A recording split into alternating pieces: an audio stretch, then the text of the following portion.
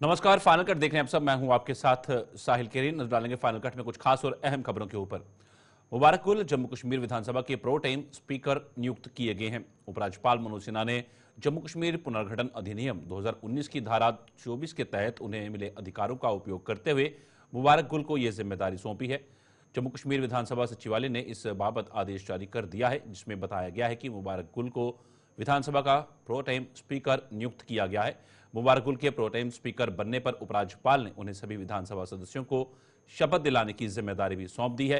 ये शपथ ग्रहण समारोह 21 नवंबर को श्रीनगर में दोपहर 2 बजे होने जा रहा है, जिसके लिए विधानसभा के सभी सदस्यों को वहां पहुंचने को कहा गया है। मैं कोशिश करूंगा हर सतह पर लोगों को जो मसाइल है उनको उठना चाहिए, उनके लिए हल होना चाहिए। ये मैंने जब मैं स्पीकर भी था तब भी मेरा मोटिव यही था। और ये एक रिकॉर्ड है कि जब मैंने स्पीकर सेशन चलाया और कितने घंटों को मैंने चलाया, मैंने किसी को रोका नहीं। मैंने कहा बोलो, क्योंकि मैं खुद एक एमएलए रहा हूँ, कंटिन्यूसली एक एमएलए रहा हूँ, क्योंकि मैं कभी किसी और पौधे पे नहीं रहा हूँ। एक एक एमएलए होके मैं जानता हूँ एक एमएलए को क्या दर्द है दिल में, उसको क्या करना चाहता है वो। क्योंकि मैं तो कोई पता है सबको, कोई मिनिस्टर 40 साल नहीं रहा हूँ, लेकिन मुझे पता है दर्द क्या है। दर्द यह है एमएलए की, दर्द यह है कि वो चाहता है मेरे कॉन्स्टिट्यूंसी का काम हो, मेरा काम होगा जिस सिचुएशन में हूँ, चाहे इधर हो उधर हो इधर हो। एज ए मुबारकुल मैं कोशिश करूँगा लोगों के मसले हल होने चाहिए। भारत सरकार द्वारा आयोजित कला उत्सव के तहत विजयपुर में आज एक कार्यक्रम का आयोजन किया गया। जोनल एजुकेशन ऑफिसर के सहयोग से आयोजित इस कार्यक्रम में स्कूली बच्चों ने नृत्य, गायन और पेंटिंग सहित अन्य क्षेत्रों में अपनी प्रतिभा का प्रदर्शन कर हर किसी को दांतों तले उंगलियां दबाने को मजबूर कर दिया। इस मौके पर सांबा के chief education officer Kewal Sharma और zonal education officer BD Sharma सहित कई अन्य गणमान्य लोग भी मौजूद थे।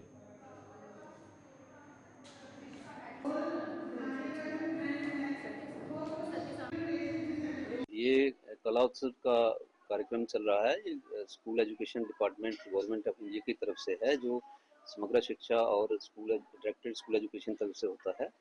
आज हमारा जोनल लेवल कंपटीशन चल रहे हैं। सांबा जिले के 5 जोन में आज जोनल लेवल कंपटीशन है, जो क्लस्टर लेवल के कंपटीशन के बाद आते हैं। जहाँ से जोनल लेवल के कंपटीशन के बाद जो बच्चे जीतते हैं उनका डिस्ट्रिक्ट लेवल का कंपटीशन किया जाएगा। ये कला उत्सव जो है बच्चे के टैलेंट को, बच्चे की कला, बच्चे का जो singing, dancing, folk dance, different categories में बच्चे जो टैलेंट रखते हैं उसको उभारने के लिए है। और यहाँ से बच्चे निकल के इंटर डिस्ट्रिक्ट कंपटीशन में हिस्सा लेंगे, फिर इंटर डिवीज़न कंपटीशन में, उसके बाद ये नेशनल लेवल पे कंपटीशन होता है। और मैं भी बताना चाहता हूँ कि 2 साल पहले हमारी डिस्ट्रिक्ट सांबा की बच्ची जो है इस कला उत्सव के माध्यम से नेशनल लेवल पे विनर रही थी और बहुत अच्छा प्राइज मिलता है और बच्चे को टैलेंट उभारने का बहुत अच्छा मौका मिलता है। न्यू एजुकेशन पॉलिसी जो है उसके तहत भी बच्चे को ये इम्प्लीमेंट करने के लिए हम कर रहे हैं, आगे बढ़ा रहे हैं। हाँ बिल्कुल, ये हर साल होता है और एनुअल लेवल पे होता है। हर साल इस कार्यक्रम में बच्चे हिस्सा लेते हैं, आगे बढ़ते हैं और अपने टैलेंट को उभारते हैं। सरकार द्वारा डिप्टी स्पीकर का पद भाजपा को सौंपने की अटकलों पर भाजपा के प्रदेश अध्यक्ष रविंद्र रैना का बयान सामने आया है। और रविंद्र रैना ने कहा है कि फिलहाल प्रत्यक्ष रूप से उन्हें ऐसी कोई जानकारी नहीं मिल पाई है और ना ही सरकार से इस पर कोई वार्ता हुई है। नई विधानसभा का गठन, उसकी प्रक्रिया शुरू हो चुकी है। नई सरकार ने शपथ समारोह उसका हुआ है। अब आगे की जो प्रक्रिया है उसमें जो भी निर्णय सरकार की तरफ से होंगे उस पर अगर कोई विपक्ष की भूमिका के लिए अगर कहीं सरकारी तंत्र में कोई चर्चा होती है तो जब वो विषय हमारे समकक्ष आएगा तो जब चर्चा होगी तो देखा जाएगा। अभी तक तो इस प्रकार का कोई विषय प्रत्यक्ष रूप में तो सामने आया नहीं है। अभी तक तो अप्रत्यक्ष रूप से मीडिया, सोशल मीडिया में चर्चाएं हैं, लेकिन अभी तक कोई सरकारी तंत्र से कोई कम्युनिकेशन कि जम्मू कश्मीर में विधानसभा के डिप्टी स्पीकर यानी कि क्या योजना होगी, वो इस प्रकार का कोई संपर्क, कोई वार्ता नहीं हुई है। जम्मू में 1966 में हुए छात्र आंदोलन में मारे गए 3 छात्रों की याद में भूख हड़ताल पर बैठे छात्र संगठनों का अनशन आज खत्म हो गया। भाजपा के जम्मू ईस्ट के विधायक युद्धवीर सेठी ने जम्मू के साइंस कॉलेज के बाहर भूख हड़ताल पर बैठे छात्रों का अनशन खत्म करवाया और आंदोलन में मारे गए छात्रों को अपनी ओर से भावभीनी श्रद्धांजलि दी। हम लोगों ने आज श्रद्धांजलि देते हुए ये प्रण करना है कि हमारा जम्मू का युवा कभी भी लेट डाउन ना हो। यहाँ के प्रिंसिपल, स्टाफ को और युवा जो साथी हमारे जो 3 दिन से भूख हड़ताल पे बैठे हैं, मैं उनको आश्वासन देता हूँ कि आने वाले समय में अब हमें शहादत देने की बात नहीं सोचनी है। हम लोगों ने काम लेना है और जो ताकतें हमें यहाँ पर शहादत देने के लिए मजबूर करती थी, हमने उनको दबाना है और अपने युवाओं को आगे लाकर खड़ा करना है। साथ में प्रिंसिपल द्वारा जो एक सबसे बड़ी डिमांड यहाँ पे आई है, ये जो हमारे शहीदों का स्थल है, जो हमारे लिए पूजनीय है, ये इसका जो लेवल है वो नीचे है। कभी भी बरसात आती है, इसका पानी इसके अंदर आता है। मैं इनसे ये वादा कर रहा हूँ यहाँ पर इसकी हाइट को बढ़ाया जाएगा और इसको और सुंदर बनाया जाएगा। और साथ साथ में जो बच्चे यहाँ पर हर साल भूख हड़ताल पे बैठते हैं, उनके लिए यहाँ की एडमिनिस्ट्रेशन अंदर जमीन दे रही है। हम उनके लिए यहाँ पर वॉशरूम की एक व्यवस्था करेंगे कि हमें ये जो हम लोग याद करते हैं, जो जिस दिन प्रण करते हैं कि हम युवा सारे मिलकर अपने हक के लिए लड़ेंगे, इस रमणीक स्थान को सुंदर करके वॉशरूम बनाकर अगला जो कार्यक्रम होगा, मैं प्रिंसिपल से वादा करता हूँ वो यहाँ पर जैसी उनकी सोच है युवाओं के लिए, उसी सोच के मुताबिक हम इसको डेवलप करके। दूसरी ओर जम्मू ईस्ट विधायक युद्धवीर सेठी ने जम्मू में आज जनता दरबार लगाकर लोगों को पेश आ रही समस्याएं सुनी। इस दौरान उन्होंने कई लोगों के मुद्दों का हल मौके पर ही कर दिया, जबकि कुछ समस्याओं को सुलझाने के लिए संबंधित विभागों के अधिकारियों को दिशा निर्देश जारी किए।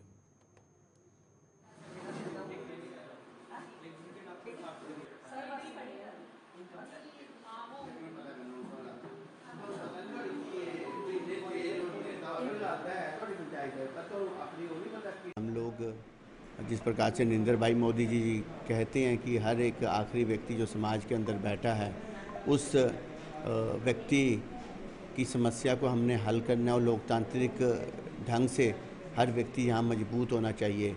मैं पहले भी इसी तरह बैठता था, सेवक बन के काम करता था, आगे भी सेवक बन के इसी तरह काम करता रहूँगा और कोशिश करूँगा कि मेरे पूर्व विधानसभा के लोग जिनके काम हैं, जो मेरी जनता है, जो मेरे समर्थक हैं, जिन लोगों ने मेरे को हज़ारों की संख्या से वोट दिलाकर जिताया है, मैं इनकी सेवा कर सकूं।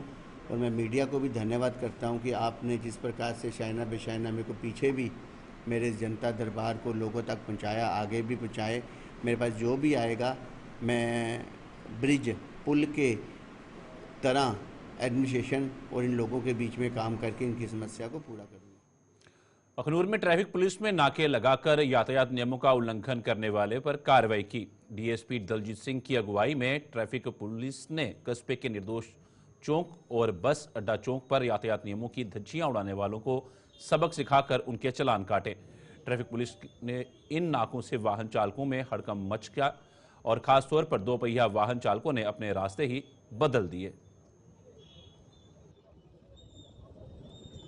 सबसे पहले धन्यवाद करेंगे गुलिस्तान न्यूज़ का कि आज आप हमारे बीच में हैं। लेकिन आपने बात की ट्रैफिक, तो ट्रैफिक पुलिस आज आपको जहाँ पे देखने को मिली है निर्दोष चौक में, हमें तो अचंभा हो जाता है कि जब ये जागते हैं तभी, जब कोई त्यौहार वगैरह आते हैं, लोग जब गाड़ियाँ लगाने के लिए आते हैं तो ये जाग जाते हैं। और सबसे बड़ी बात जो मुद्दा है ट्रैफिक व्यवस्था, जो ट्रैफिक पुलिस जहाँ पे फेल नज़र आती है कि ट्रैफिक पुलिस से ये व्यवस्था सुचारू रूप से चल ही नहीं पाती। हर साल आपके माध्यम से भी बहुत सारी खबरें लगती हैं कि अखनूर में जाम, लोगों को शादी विवाह में पहुंचने में लग जाता है, बच्चे हरासमेंट हो जाते हैं, स्कूली बच्चे।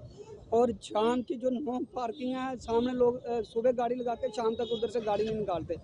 और हाई ट्रैफिक पुलिस मौके पर आई हुई है। और सबसे बड़ी बात यह है कि ट्रैफिक व्यवस्था सुचारू करने से ज़्यादा इनको रहता है कि चलान कैसे हो, जो अर्निंग ऑफ स्रोत कैसे होगी, सोर्स कैसे बने। हाथ में मोबाइल है, फ़ोटो खींचेंगे, चलान घर में आ जाएगा। लेकिन क्या उस चलान से जो है कि ये जो अभी ट्रैफिक हो रहा है उस पर क्या काबू हो सकता है, ये अपने आप में एक बड़ा सवाल है। गुलसार में खबरों का सिलसिला यूं चलता रहेगा। फिलहाल की ओर महाराजा गुलाब सिंह के जन्मदिवस पर जम्मू में आज अमर क्षेत्रीय राजपूत सभा द्वारा रक्तदान शिविर लगाया गया। शहर के SMGS हॉस्पिटल में आयोजित इस रक्तदान शिविर में युवाओं ने स्वेच्छा से रक्तदान कर कई अहम जिंदगियों को बचाने में अपना योगदान दिया।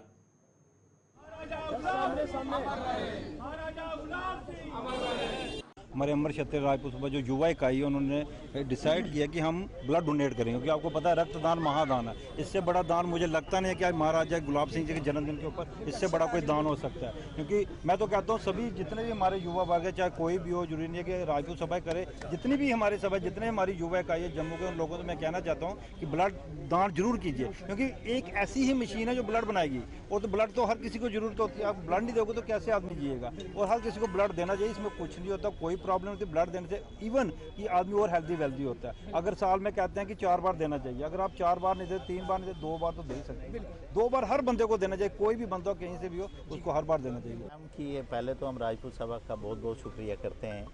ये हर साल आगे आते हैं, महाराजा जी का जन्मदिन मनाते हैं और इन्होंने आज एक बहुत ब्लड डोनेशन का इंतज़ाम किया है और ब्लड डोनेशन चल रही है। जैसे कि आप जानते हो कि ब्लड जो दान है महादान है। हमारे अस्पताल में कुछ कैंसर के बच्चे होते हैं, हीमोफीलिया, थैलासीमिया, कुछ गरीब लोग होते हैं जो कमज़ोर हैं, किसी बीमारी से वो नहीं रेंज कर पाते हैं, तो उनको इस चीज़ का बहुत फ़ायदा हो जाता है।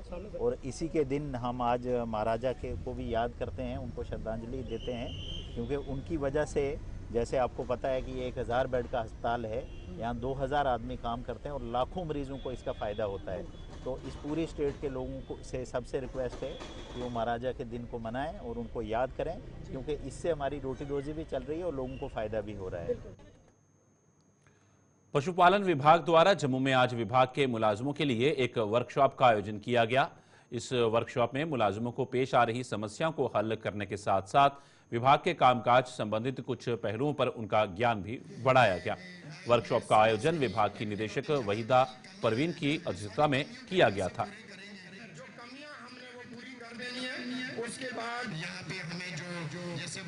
जैसा कि आप सब लोग जानते हैं और अफसर्स को, हमारे LDO साहब और चीफ साहब जम्मू से मैंने ये 2-4 दिन पहले एक मीटिंग ली थी। उसमें इनसे कहा गया था कि हमारी थोड़ी सी प्रोग्रेस में प्रॉब्लम आ रही है।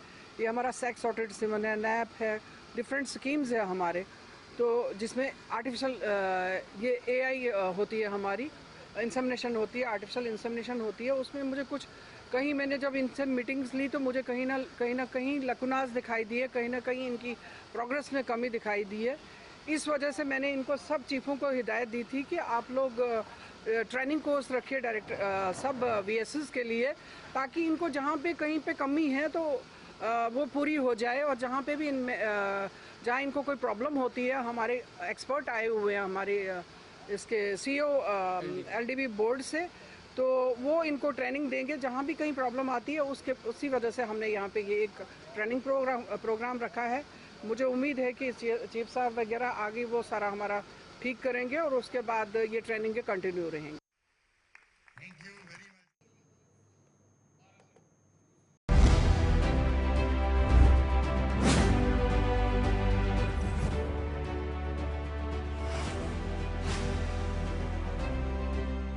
ब्रेक के बाद आप सबका स्वागत है। बढ़ते हैं अगली खबर की ओर। जम्मू के साथ सटे ग्रामीण हलकों में इन दिनों धान की फसल की कटाई के लिए किसानों को नाकों चने चबाने पड़ रहे हैं। किसानों की माने तो फसल की कटाई के लिए उन्हें लेबर ना मिलने से उन्हें मेहनत पर पानी फिरता हुआ नजर आ रहा है। मौसम कभी भी खराब हो सकता है, जिससे फसल बर्बाद होने की आशंका जताई जा रही है।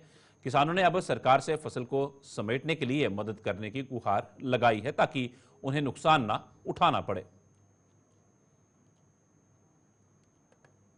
देखो जी, फसल जी बासमती है बिल्कुल तैयार है, तो लेबर की दिक्कत है किसानों को, इस करके असी गौरमेंट अगे अपील करने भी बिला रोक जिहड़ियां कंबाइनां ने वो पंजाब तो जां इत्थे भी आसे पासे दे पिंडां जिन्हें लोकां खरीदी ने वो किसानों की मदद करन ते फसल सांभी जा सके। मौसम का कोई पता नहीं किस वेले गड़ा बारिश जां आंधी तूफान आवे ते फसल जी बर्बाद हो जाएगी। किसान अगे परेशान है ते असी फिर मतलब दरखास्त करने गौरमेंट अगे भी इन्हां दी मतलब मदद की जाए। धान की फसल इस मौके पक के तैयार हुई दी है, लेबर बड़ी घट है, लेबर है ही नहीं। अगे भईए आते हैं, भईया बहुत घट आया था, जिमीदार बड़ा परेशान है। एक बारिश का मौसम भी बने दा है। असीं अपील करने कि जिहड़ियां कंबाइनां आंदियां ज़्यादा भेजियां जान इधर ताकि फसल जी कटाई हो सके। असीं अपील करने गौरमेंट अगे जिहड़ियां पंजाब चों कंबाइनां आंदियां बहुत घट आई दियां ने, ज़्यादा कंबाइनां आन इत्थे ते फसल जिहड़ी है संभली जाएगी। नहीं तो फिर इस तरह जो बारिश पै गई जां ऐन पै गई फिर तो काम बहुत खराब है, जिमीदार अगे परेशान है। मैं यो अपील करांगा, कटाई बड़ी इस मौके तैयार है, सारी सब कुछ इस मौके तैयार हुई दी है, लेबर बहुत घट है, कमाना आई जान, फसल सांभी जाए।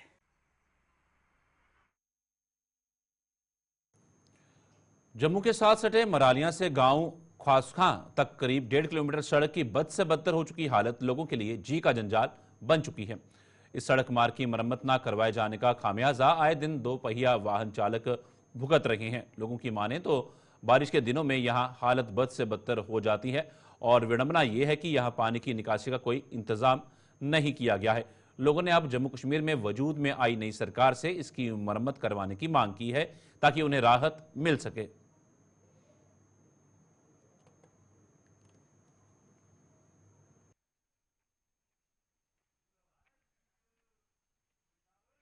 साढ़े रोड की इन्नी बुरी हालत है, हद तो ज़्यादा है।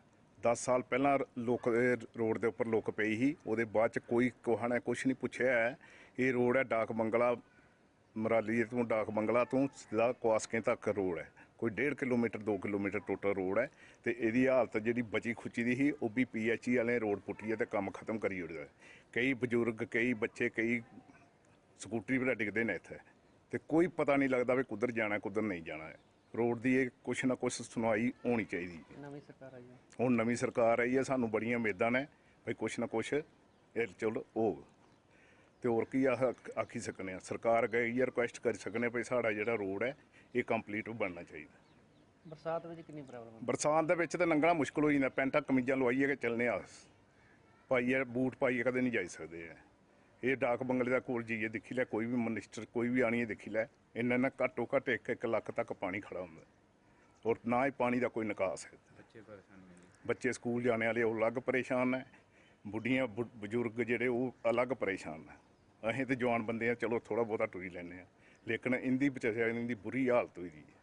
तो कम से कम ये रोड की कुछ ना कुछ बंदोबस्त होना चाहिए। और मैं जो अभी नई सरकार मौजूदा सरकार है, मैं इनसे यही एक गुजारिश करता हूँ कि जो हमारा बंगला से ख्वासका तक लिंक रोड है, इसकी बहुत ही खस्ता हालत है।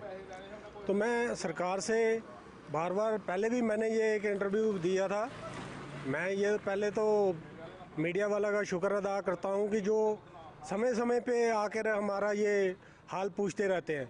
तो ये हमारी रोड की इतनी बुरी कंडीशन है कि हमारे बहन बेटियाँ जैसे कि स्कूटर बाइक पे जाते हैं तो कई बार गिरे हैं यहाँ पे।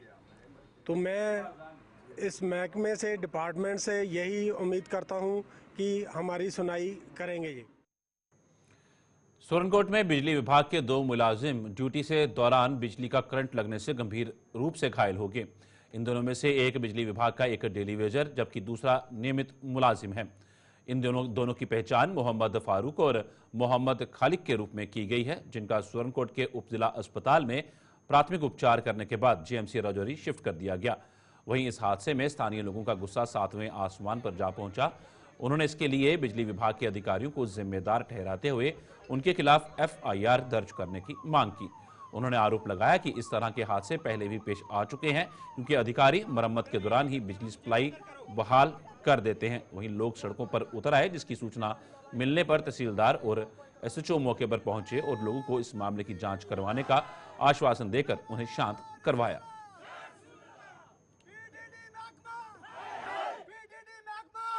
मेरा सर एक्चुअली मुझे फोन आया, मैं बड़ी दूर से आया हूँ, मैं कहीं गाड़ी लेके कहीं काम गया हुआ था, लेकिन एई साहब को और एक्जीएम साहब को और जई साहब को ये होना चाहिए कि हर बार ये क्या है कि हर बार ड्रामा होता है।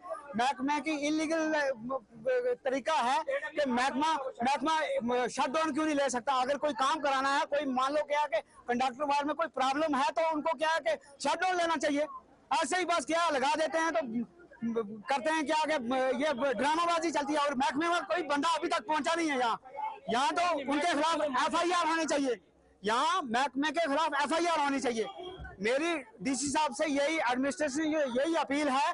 साहब को ये बात बोलिए, आप लेन पे क्यों नहीं जाते, आप घर पे बैठ जाते हैं, फौरन फोन करते हैं कि आप लेन आप पहुंचो 2 मिनट में पहुंचो तो लेन बंद है, तो आप क्यों नहीं जाते। लेन में इतने मार चुके हैं, उनके पीछे ये क्यों नहीं जाते हैं। आप 2 बार छाट लगी, इन्होंने इधर से भेजा, सुरगोट से पूंछ भेजा, और जैसा साहब पूंछ भी साथ में नहीं गए, मुझे दिया 2000 रुपया। मैं 2000 क्यों क्या करती है, 1 साल हुआ इस बात को।